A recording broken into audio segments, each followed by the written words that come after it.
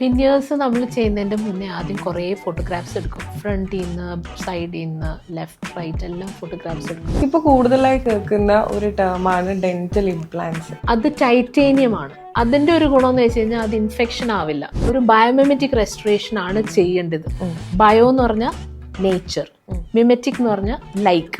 അപ്പൊ ഈ nature like ഫില്ലിങ്ങിന്റെ ഒരു പ്രത്യേകത എന്ന് വെച്ച് കഴിഞ്ഞാൽ ചില ഭക്ഷണങ്ങള് നമ്മളെ പല്ലിന്റെ ഇടയിൽ കുടുങ്ങുന്നത് എന്തുകൊണ്ടാണ്? എല്ലാവരുടെയും പല്ലിൽ ഫുഡ് കയറില്ല. അത് അങ്ങനെ കയറുന്നുണ്ടെങ്കിൽ അതിനൊരു റീസൺ ഉണ്ട്. ഇയർഫോൺസ് വെച്ചിട്ട് നമ്മൾ ചവയ്ക്കുമ്പോൾ ഈ ജോയിന്റ് പോയി ഈ ഇയർഫോണിനെ ഹിറ്റ് ചെയ്ത് കഴിയുമ്പോൾ മേളിലത്തെ ഡിസ്കിനെ അത് പയ്യെ സ്ലിപ്പ് ചെയ്യാൻ തുടങ്ങും. 21 days ആകുമ്പോഴത്തേക്ക് ആ ഹാബിറ്റ് സ്ലൈറ്റ്ലി ബ്രേക്ക് ചെയ്യാൻ തുടങ്ങും. നമ്മൾ ടങ് ത്രസ്റ്റിംഗ് ഹാബിറ്റിൽ നിന്ന് നമുക്ക് മാറാൻ പറ്റും. കൊച്ചിലെ നമ്മൾ ഉറങ്ങുമ്പോൾ അമ്മമാർ പറയും വാ തുറന്ന് കിടന്ന് ഉറങ്ങരുത്. അതിന് റീസൺ ഉണ്ട്. ഷുഗർ കഴിക്കുന്നത് പല്ലിന് എത്രമാത്രം ഡാമേജ് ആണ്.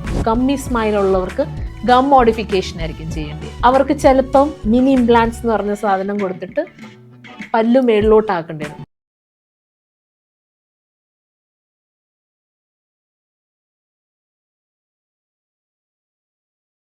വിനിയേഴ്സിനെ കുറിച്ച് എനിക്ക് തോന്നുന്നു ഞാൻ ഇത്രയും ഡീറ്റെയിൽ ആയിട്ട് ഇപ്പോൾ ഡോക്ടർ പറയുമ്പോഴാണ് കേൾക്കുന്നത്. ശരിക്കും ഈ വിനിയേഴ്സ് ചെയ്യുന്നതിൻ്റെ ഒരു സ്റ്റെപ്സ് അല്ലെങ്കിൽ പ്രൊസീജിയർ എങ്ങനെയാണ്? വിനിയേഴ്സ് നമ്മൾ ചെയ്യുന്നതിൻ്റെ മുന്നേ ആദ്യം കുറേ ഫോട്ടോഗ്രാഫ്സ് എടുക്കും. ഫ്രണ്ടിൽ നിന്ന്, സൈഡിൽ നിന്ന്, ലെഫ്റ്റ് റൈറ്റ് എല്ലാം ഫോട്ടോഗ്രാഫ്സ് എടുക്കും.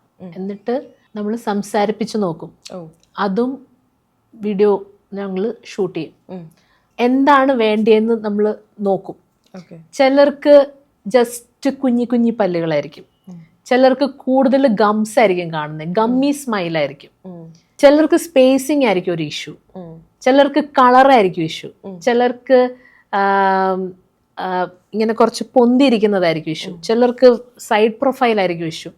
എല്ലാത്തിനും വെവ്വേറെ ട്രീറ്റ്മെൻറ്റാ. ജസ്റ്റ് ഒന്ന് പല്ലിൻ്റെ എന്താ ഒരു ഷേപ്പ് ഒക്കെ ആണെങ്കിൽ ചെറിയൊരു കൗണ്ടൂറിങ് ഒക്കെ ചെയ്താൽ മതിയെങ്കിൽ അത് ചിലപ്പോൾ ഒരു 1/2 hour പ്രൊസീജിയറെ കാണുള്ളായിരിക്കും. അല്ല സ്പേസ് ക്ലോഷർ ആണെങ്കിൽ നമ്മൾ വിനിയറിങ് ചെയ്യും. അതും സിറാമിക് വിനിയർ ആണോ കോമ്പോസിറ്റ് വിനിയർ ആണോ അത് നമ്മൾ ഡിസൈഡ് ചെയ്ത് അത് പറയും. ചിലർക്ക് ഗം മോഡിഫിക്കേഷൻ ആയിരിക്കും. ഗമ്മി സ്മൈൽ ഉള്ളവർക്ക് ഗം മോഡിഫിക്കേഷൻ ആയിരിക്കും ചെയ്യേണ്ടത്. അവർക്ക് ചിലപ്പം നമ്മൾ മിനി ഇംപ്ലാന്റ്സ് എന്ന് പറഞ്ഞ സാധനം കൊടുത്തിട്ട് പല്ലു മേളിലോട്ടാക്കേണ്ടി വരും. ഈ സെഗ്മെന്റ് ഫുൾ താഴോട്ട് ഇറങ്ങിയിരിക്കുന്നവരുടെ കാണും. അവർക്ക് ഗം ഭയങ്കര വിസിബിൾ ആയിരിക്കും.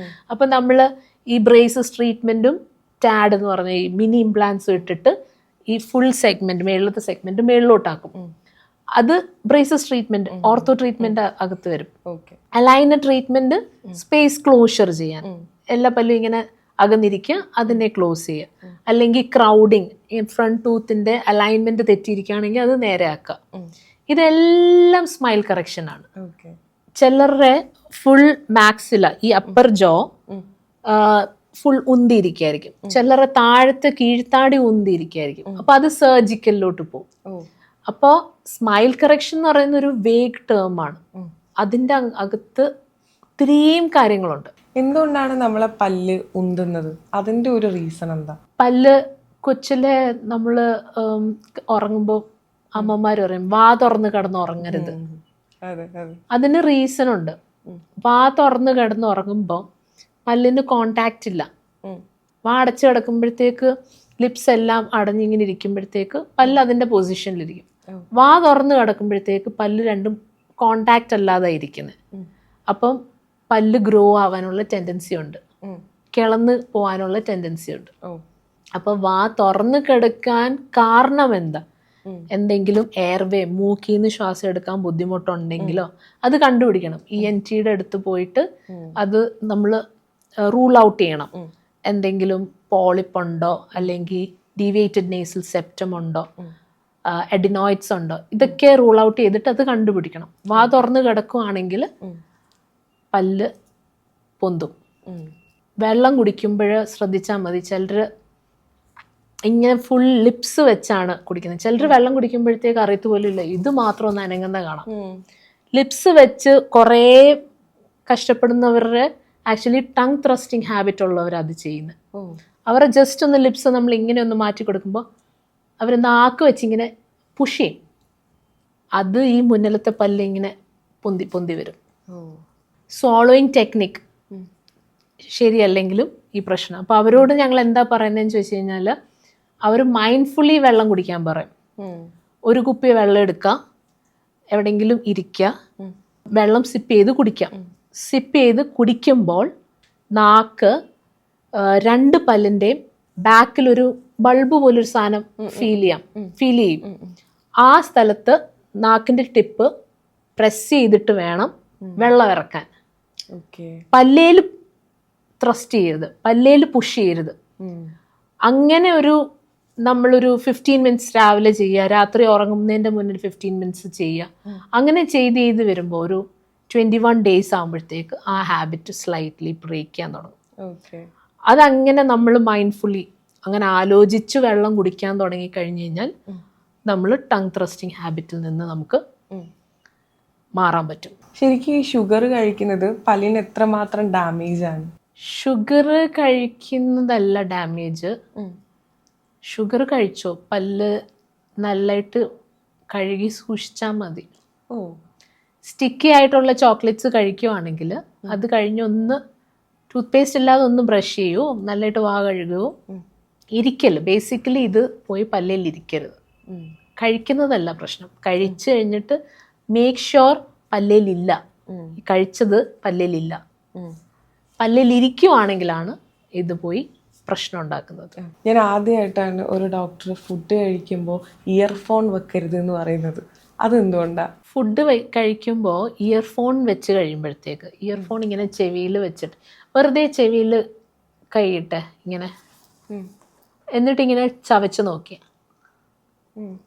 ചവയ്ക്കുമ്പോൾ ആ ജോയിന്റ് പോയി ഹിറ്റ് ചെയ്യുന്നുണ്ട് നമ്മുടെ ഫിംഗറിൽ. അപ്പോൾ ഈ വലിയൊരു സാധനം നമ്മളിങ്ങനെ കയറ്റി വെച്ചിട്ട് നമ്മൾ ചവയ്ക്കാൻ ശ്രമിച്ച് എന്താ പറ്റുന്നതെന്ന് ചോദിച്ചാൽ ഈ ജോയിന്റിന്റെ മേളിലൊരു ഡിസ്ക് ഉണ്ട്. അപ്പോൾ അത് ഈ ജോയിന്റിനെ ആ പൊസിഷനിൽ വെച്ചേക്കുന്ന ലിഗമെന്റ്സ് അറ്റാച്ച്ഡ് ആണ്. അപ്പോൾ നമ്മൾ ഓരോ പ്രാവശ്യം ചവയ്ക്കുമ്പോൾ ഈ ഹെഡ്ഫോൺസ് വെച്ച പ്രശ്നമില്ല, ഈ ഇയർഫോൺസ് വെച്ചിട്ട് നമ്മൾ ചവയ്ക്കുമ്പോൾ ഇതിനെ പോയി ഹിറ്റ് ചെയ്യും. ഈ ജോയിന്റ് പോയി ഈ ഇയർഫോണിനെ ഹിറ്റ് ചെയ്ത് കഴിയുമ്പോൾ മേളിലത്തെ ഡിസ്കിനെ അത് പയ്യെ സ്ലിപ്പ് ചെയ്യാൻ തുടങ്ങും. അങ്ങനെയാണ് ഈ കുറച്ച് നാൾ കഴിയുമ്പോഴത്തേക്ക് പാ തുറക്കുമ്പോൾ ഒരു ക്ലിക്ക് സൗണ്ട് വരും. ടക്ക്, അടയ്ക്കുമ്പോഴൊരു ടക്ക് കേൾക്കും, തുറക്കുമ്പോഴൊരു ടക്ക് കേൾക്കും. അത് ഈ ഉണ്ടാവുന്നത് അതിൻ്റെ ഒരു റീസൺ ഇയർഫോൺസ് വെച്ച് കഴിക്കുന്നതാണ്. ഇപ്പൊ കൂടുതലായി കേൾക്കുന്ന ഒരു ടേമാണ് ഡെന്റൽ ഇംപ്ലാന്റ്സ്. എന്താണ് ഇംപ്ലാന്റ്സ്? നമ്മുടെ കൈയും കാലും ഒക്കെ ഒടിഞ്ഞു കഴിയുമ്പോഴത്തേക്ക് നമ്മൾ റോഡ് ഇടും. അത് ടൈറ്റേനിയം ആണ്. അതിന്റെ ഒരു ഗുണം എന്ന് വെച്ച് കഴിഞ്ഞാൽ അത് ഇൻഫെക്ഷൻ ആവില്ല. ആ സെയിം മെറ്റീരിയൽ ആണ് നമ്മൾ വായില് പല്ലിന്റെ വേരിന്റെ ആകൃതിയിൽ ഇടുന്നത്. ഈ പല്ലിനൊരു സോക്കറ്റ് ഉണ്ടല്ലോ, പല്ലൊരു സോക്കറ്റിനകത്തായിരിക്കുന്നത്.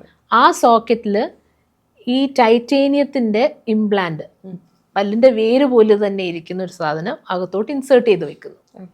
ഒരു 3 മാസം കഴിയുമ്പോഴത്തേക്ക് അത് ബോണിന്റെ ഒരു പാർട്ടാവും. അതങ്ങ് ഫുള്ളി അങ്ങ് കൂടിച്ചേരും.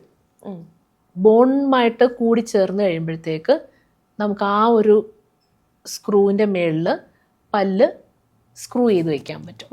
അപ്പോൾ അത് ഫിക്സ്ഡ് ആയിട്ടുള്ള ഒരു ഓപ്ഷനാണ്. എന്തും കഴിക്കാം. 95% ചൂയിങ് എഫിഷ്യൻസി ഉണ്ട്. ഈ ഫുഡ് കഴിക്കുമ്പോൾ ചില ഭക്ഷണങ്ങൾ നമ്മളെ പല്ലിൻ്റെ ഇടയിൽ കുടുങ്ങുന്നത് എന്തുകൊണ്ടാണ്? പ്രത്യേകിച്ച് നമ്മൾ ഈ ചിക്കൻ ബീഫൊക്കെ കഴിക്കുമ്പോഴായിരിക്കും ഈ പല്ലിൻ്റെ ഇടയിൽ കുടുങ്ങി. നമ്മൾ ഈ റെസ്റ്റോറൻറ്റ്സിനാണെങ്കിലും ഈ ടൂത്ത് പിക്ക് എടുത്തിട്ട് നമ്മൾ ചെയ്യാറുണ്ട്. അതെന്തുകൊണ്ടാണ് ഈ പല്ലിൻ്റെ ഇടയിൽ ഇങ്ങനെ ഭക്ഷണങ്ങൾ കുടുങ്ങുന്നത്? കേടുണ്ടെങ്കിൽ കുടുങ്ങും, അല്ലെങ്കിൽ അവിടുത്തെ മോണ താഴോട്ട് ഇറങ്ങിയിട്ടുണ്ടെങ്കിലും കുടുങ്ങും. പല്ലിൻ്റെ അലൈൻമെൻറ്റ് പ്രോപ്പർ അല്ലെങ്കിലും ഫുഡ് കയറിയിരിക്കും. അപ്പോൾ ഒരു ഡെന്റിസ്റ്റിനെ പോയി കണ്ടിട്ട് എന്തുകൊണ്ട് കുടുങ്ങുന്നു എന്ന് കണ്ടുപിടിക്കണം. അതൊരു നോർമൽ കാര്യമല്ല. എല്ലാവരുടെയും പല്ലിൽ ഫുഡ് കയറില്ല. അത് അങ്ങനെ കയറുന്നുണ്ടെങ്കിൽ അതിനൊരു റീസൺ ഉണ്ട്. ടൂത്ത് പിക്ക് യൂസ് ചെയ്യുന്നെന്ന് പറയുന്നില്ലേ, ഇപ്പം നമ്മൾ പോയിട്ട് യൂസ് ചെയ്യുന്ന ഈ ടൂത്ത് പിക്ക് ആക്ച്വലി പല്ലിൻ്റെ മോണയുടെ അറ്റാച്ച്മെന്റിനെ ബ്രേക്ക് ചെയ്യുക ചെയ്യുന്നത്. അതൊരിക്കലും ഉപയോഗിക്കരുത്. സേഫ്റ്റി പിൻ, ടൂത്ത് പിക്ക്, സ്ലൈഡ് ഇങ്ങനത്തെ സാധനം ഒന്നും ഉപയോഗിക്കരുത്. ഇത് നമ്മൾ സ്കൂപ്പ് ചെയ്ത് എടുക്കാൻ നോക്കുമ്പോൾ എന്താ പറ്റുന്ന വെച്ചാൽ ഈ 2 ഫൈബേഴ്സ്, പല്ലിൻ്റെയും മോണയുടെ ഇടയ്ക്കുള്ള ഫൈബേഴ്സ് പൊട്ടിക്കഴിയുമ്പോഴത്തേക്ക് അതിന്റെ അറ്റാച്ച്മെന്റ് പോകും. അപ്പൊ അടുത്ത പ്രാവശ്യം നമ്മൾ വല്ലതും കഴിക്കുമ്പോഴത്തേക്ക് കുറച്ചുകൂടെ കുഴിഞ്ഞകത്തോട്ട് കയറും. ചിലപ്പോൾ അവിടെ അലൈൻമെന്റ് ഇഷ്യൂ ആയിരിക്കും, ചിലപ്പോൾ കേടായിരിക്കും, അല്ലെങ്കിൽ അവിടുത്തെ മോണ ഇറങ്ങിപ്പോയതായിരിക്കും. ഇത് ഏതാന്ന് നമ്മൾ ഒരു ഡെന്റിസ്റ്റിന്റെ അടുത്ത് പോയി അത് കണ്ടുപിടിക്കുക, എന്നിട്ട് അതിന്റെ ട്രീറ്റ്മെന്റ് ചെയ്യിപ്പിക്കുക. ഫുഡ് കയറിയിരിക്കുന്നതിന്റെ വേറൊരു റീസൺ ആണ് കേട് ഉണ്ടായിട്ട് നമ്മൾ ഫില്ലിങ് ചെയ്ത് കഴിഞ്ഞിട്ടും അവിടെ ഫുഡ് കയറിയിരിക്കുന്നു. അത് ഫില്ലിങ് ഇംപ്രോപ്പർ ആയതുകൊണ്ടാണ് അങ്ങനൊരു സിറ്റുവേഷൻ വരുന്നത്. അതിനെന്താ ചെയ്യേണ്ടതെന്ന് ചോദിച്ചു കഴിഞ്ഞാൽ ഒരു ബയോമിമെറ്റിക് റെസ്റ്റോറേഷൻ ആണ് ചെയ്യേണ്ടത്. ബയോമിമെറ്റിക് റെസ്റ്റോറേഷൻ എന്താന്ന് ചോദിച്ചു കഴിഞ്ഞാൽ നേച്ചർ ലൈക്ക് ഫില്ലിങ്. ബയോ എന്ന് പറഞ്ഞാൽ നേച്ചർ, മിമെറ്റിക് എന്ന് പറഞ്ഞാൽ ലൈക്ക്. അപ്പൊ ഈ നേച്ചർ ലൈക്ക് ഫില്ലിങ്ങിന്റെ ഒരു പ്രത്യേകത എന്ന് വെച്ച് കഴിഞ്ഞാൽ എങ്ങനെയായിരുന്നു നേരത്തെ ഉണ്ടായിരുന്നത് അതുപോലെ നമ്മൾ റീക്രിയേറ്റ് ചെയ്ത് കൊണ്ടുവരിക ചെയ്യുന്നത്. പല്ലിനൊരു ഷേപ്പ് ഉണ്ട്, ആ ഷേപ്പിലും ആ പല്ലിന്റെ ഇനാമലിനൊരു ബിഹേവിയർ ഉണ്ട്, ഡെന്റിനൊരു ബിഹേവിയർ ഉണ്ട്. അങ്ങനത്തെ തന്നെ ബിഹേവിയർ ഉള്ള മെറ്റീരിയൽസ് വെച്ച് നമ്മൾ ആ ഫില്ല് ചെയ്തെടുക്കുമ്പോഴാണ് ബയോമിമെറ്റിക് റെസ്റ്റോറേഷൻ ആവുന്നത്. ഇതിന്റെ ഒരു ഗുണമെന്ന് വെച്ച് കഴിഞ്ഞാൽ ഫുഡ് ലോഡ്ജ്മെന്റ് ഉണ്ടാവില്ല. അങ്ങനത്തെ റെസ്റ്റോറേഷൻ വേണം ചെയ്യാൻ. അങ്ങനെ ചെയ്യുമ്പോഴത്തേക്ക് ആ പ്രശ്നം ഉണ്ടാവില്ല. നമ്മളെല്ലാവരും പല്ല് തേക്കും, അതോടൊപ്പം തന്നെ ടങ് ക്ലീനറും യൂസ് ചെയ്യാറുണ്ട്. ഇപ്പോൾ ചില ആളുകൾ ഈ ബ്രഷ് വെച്ചിട്ട് തന്നെയാണ് നാവ് വടിക്കാറ്. ശരിക്കും ടങ് ക്ലീനർ യൂസ് ചെയ്തിട്ട് നാവ് വടിക്കണോ അതോ ബ്രഷ് തന്നെ യൂസ് ചെയ്തിട്ട് നാവ് ക്ലീൻ ചെയ്താൽ മതിയോ? ടങ് ക്ലീനർ യൂസ് ചെയ്യാം, പ്രശ്നമില്ല. പക്ഷേ ഒത്തിരി ഷാർപ്പായ ടങ് ക്ലീനേഴ്സ് യൂസ് ചെയ്യരുത്. ഇച്ചിരി ഷാലോ ആയിട്ട്. നമ്മളുടെ മെയിൻ എയിം എന്ന് വെച്ച് കഴിഞ്ഞാൽ ടങ്ങിന്റെ മേളിലൊരു വെൽവെറ്റി പോലുള്ളൊരു ഇങ്ങനെ ഇങ്ങനെ ഇങ്ങനെ നിൽക്കുന്ന കുഞ്ഞു ഫൈബേഴ്സ് ഉണ്ട്. ആ ഫൈബേഴ്സിന്റെ ഇടയ്ക്കുള്ള അഴുക്ക് പോകണം. ഇതാണ് നമ്മൾ ടങ് ക്ലീനറിന്റെ ഉദ്ദേശം. അപ്പോൾ ഈ മെറ്റലായ ഷാർപ്പായ വെച്ച് ചെയ്യുമ്പോൾ ഈ ഫൈബേഴ്സ് തന്നെ ഇളകിപ്പോവും, ഡീപാപ്പുലേറ്റഡ് ആയി മാറും. അപ്പൊ എന്താ ചെയ്യേണ്ടതെന്ന് വെച്ചാൽ ഒന്നീ പ്ലാസ്റ്റിക് ടങ് ക്ലീനർ യൂസ് ചെയ്യാം, അല്ലെങ്കിൽ ബ്രഷിന്റെ ബാക്ക് സൈഡ് ഇങ്ങനെ കുറച്ച് റഫ് ആയിട്ടിരിക്കുന്നത് അത് വെച്ച് ക്ലീൻ ചെയ്യാം. ഡോക്ടർ ഇപ്പോൾ ഒരുപാട് പല്ലിനെ കുറിച്ച് സംസാരിച്ചു. അപ്പോൾ ഡോക്ടർ ക്ലിനിക്കിൽ വരണമെന്ന് ആഗ്രഹിക്കുന്ന ആളുകളുണ്ടാവും. അപ്പോൾ ഡോക്ടർ ഷൈനിന്റെ സ്മൈൽ ആൻഡ് ഷൈൻ ക്ലിനിക്കിൽ എന്തൊക്കെയാണ് പ്രൊവൈഡ് ചെയ്യുന്ന കാര്യങ്ങൾ? എപ്പോഴും മെയിൻ എയിം എന്ന് വെച്ച് കഴിഞ്ഞാൽ കൺസർവേറ്റീവ് ആയിട്ട് ചെയ്യുക. എന്ത് ചെയ്താലും കൺസർവേറ്റീവ് ആയിട്ട് എന്ന് വെച്ചാൽ ഒരു രീതിയിലും ഒന്നും ഹേർട്ട് ചെയ്യാത്ത രീതിയിൽ അവർക്ക് വേണ്ടിയ രീതിയിൽ മാക്സിമം നല്ല രീതിയിൽ ചെയ്യാം. അതാണ് എൻ്റെ എപ്പോഴും ഉള്ള എയിം. അപ്പോൾ ഞാൻ എൻ്റെ ക്ലയൻസിന് കൊടുക്കുന്നത് മെയിൻലി ഞാനൊരു പ്രോസ്റ്റോഡോണ്ടിസ്റ്റ് ആയതുകൊണ്ട് സ്മൈൽ ഡിസൈനിങ് ആണ് എൻ്റെ speciality. Veneers, composite restorations, front ടൂത്തിലെ സ്മൈൽ ഡിസൈനിങ്, പിന്നെ ബയോമിമെറ്റിക് റെസ്റ്റോറേഷൻ, ബാക്ക് ടൂത്തിൽ നമ്മൾ കൊടുക്കുമ്പോഴും ഫുഡ് കയറാത്ത ഫില്ലിങ്. യൂഷ്വലി ഒരു ഫില്ലിങ് നമ്മൾ ചെയ്യുമ്പോൾ അതിന് നമുക്ക് അധികം ഒത്തിരി ലൈഫ് പറയാൻ പറ്റത്തില്ല. പക്ഷെ ഈ ഒരു ബയോമിമെറ്റിക് റെസ്റ്റോറേഷൻ ആകുമ്പോഴത്തേക്ക് അതിന് കുറച്ചുകൂടെ അതിന് ലൈഫ് കിട്ടും. അങ്ങനത്തെ ഫില്ലിങ് ചെയ്യുക. പിന്നെ റീപ്ലേസ്മെന്റ്, ഡെൻചേഴ്സ്, പിന്നെ cast partial denture, removable dentures, bridges, implants, ഇതൊക്കെയാണ് എൻ്റെ ക്ലിനിക്കിൽ മെയിൻലി ചെയ്യുന്നത്. ഇപ്പം നമ്മളോട് ഇത്രയും സമയം എങ്ങനെ പല്ല് തേക്കണമെന്നും ഓറൽ ഹൈജീൻ എങ്ങനെ ചെയ്യണമെന്നും പല്ലിന് പറ്റാത്ത ഫുഡുകൾ ഏതൊക്കെയാണ് എന്നൊക്കെ ഒരുപാട് പല്ലിനെ കുറിച്ച് സംസാരിച്ചിട്ടുണ്ടായിരുന്നു.